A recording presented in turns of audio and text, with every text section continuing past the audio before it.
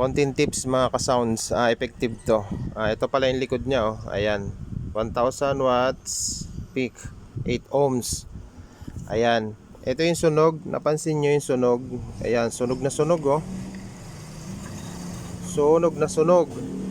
Ito yung papalitan natin. Ito yung bago.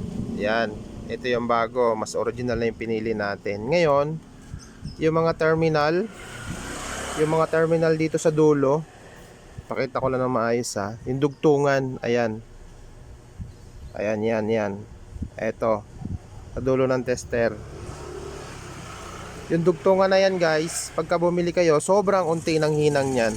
Kadalasan, dyan bumibitaw, dyan nasisira. Yung connection nito, eto, lagayan ng wire, tsaka yung connection ng rewind.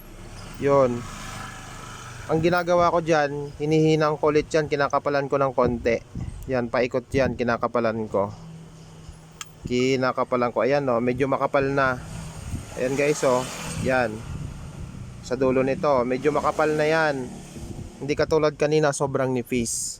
Marami na ako na experience na makailang tugtog lang, or kapag kanilakasan mo, bumibitaw dito, bumibitaw.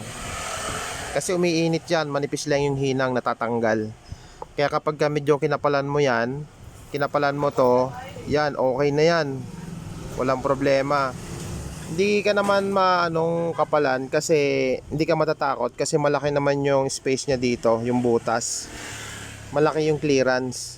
Huwag naman sobrang kapal syempre. Yung katamtaman lang, yung alam nyong matibay. Ayan, konting tips mga ka-sounds. Yan, effective yun. Marami ko na nagawang ganito, hindi bumibitaw. Nasusunog na yung coil na ganito, hindi pa rin bumibitaw yung hinang. Okay pa rin siya. Ito kaya nasunog to, disiplina na rin ng may-ari. Sa ano na yan, nasa disiplina na kung paano nila hinahandle yung sounds nila. Kasi yung iba parang bagong taon kung magpa-sounds. Yan, mabilis po masira ang ating tweeter, lalo na kung kulang sa proteksyon. Ngayon yan, dalawa yan, puro sibak anong tweeter. Ngayon, yung proteksyon nito, lalagyan natin ng proteksyon para maiwasan yung pagsunog. Ayan, first time pa lang natin magawa to. Ayan, okay, titibay na to. Yan, dyan yan sa dito yan sa mga customer natin.